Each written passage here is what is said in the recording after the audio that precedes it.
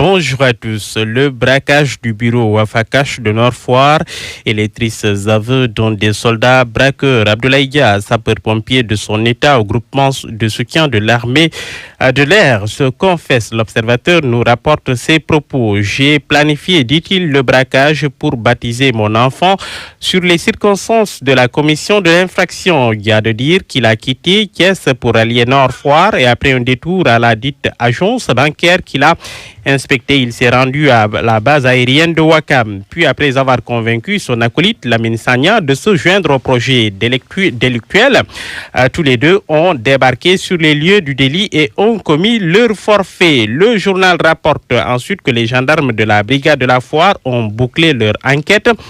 Un chapelet d'infractions a été reconnu contre ces malfaiteurs, entre autres infractions. Association de malfaiteurs, vol commis en réunion avec usage d'armes à feu, menaces, violences et voies de fait.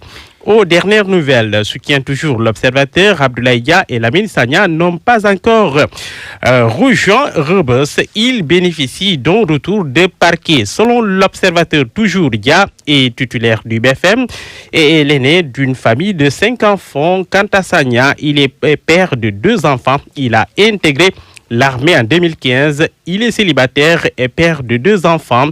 Il soutient qu'il percevait un salaire mensuel de 100 000 francs CFA. Et Vox Populi relève que les militaires risquent gros. Ils doivent être inculpés et placés sous mandat de dépôt lundi par le juge d'instruction et traduits devant la chambre criminelle. Sur le banditisme toujours, mais sur la toile, cette fois-ci, enquête note que la division spéciale de cybercriminalité est devenue la nouvelle terreur des bandits créée en 2007.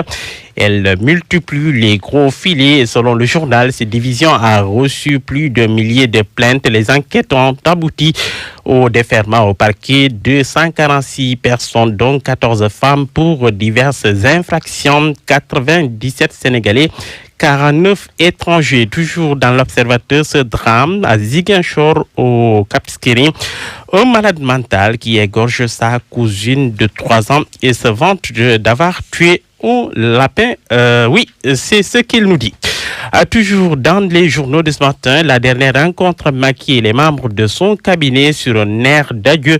Le quotidien Bicheron appelé après le gouvernement. C'est autour du cabinet de la présidence de recevoir les remerciements du chef de l'État. C'est aussi le temps des interrogations et du soulagement pour ceux qui étaient là pour être au service de la nation. Pour d'autres, c'est le moment des manœuvres et des approches pour rester dans les grâces du patron. En tout cas, c'est l'heure du profilage, nous dit encore le quotidien, pour trouver les meilleurs cerveaux. Il a demandé à être élu, c'est fait.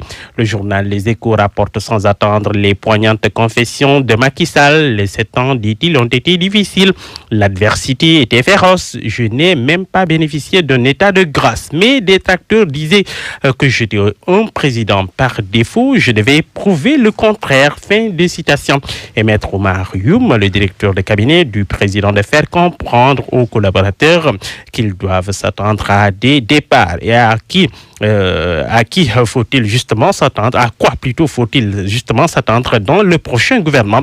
Libération tente de répondre sur la foi des propos du chef de l'État qui s'est dit être prêt à apporter les changements nécessaires pour répondre aux défis de l'heure. Sur le plan politique, les manœuvres continuent de plus belle pour entrer dans les grâces du chef de l'État. Et Vox Populi parle ce matin de bataille pour la succession de Macky Sall qui s'ouvre.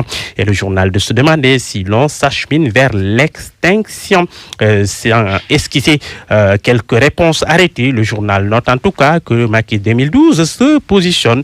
C'est le moment de se retrouver pour des défis futurs à lancer. Jean-Paul Diaz, il n'est jamais trop tard pour bien faire et en politique, c'est le contexte qui détermine les choix. Avant de conclure, j'espère que dans le prochain attelage, il y aura des gens de Macky 2012. En 2024, n'importe comment. Il se passera quelque chose, dit encore Jean-Paul Diaz.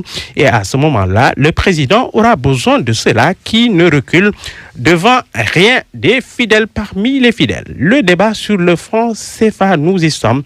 Le ministre de l'économie et des finances de la France renvoie les pays membres de la zone à leurs responsabilités. La France, dit-il, est prête à suivre cette audace et c'est aux États d'imaginer l'avenir de la zone souveraine, nous dit Bruno Le Maire, titre du quotidien Bruno Le Maire Fond. C'est bien terminé cette vue de la presse. Merci Mohamed Ali Mouba.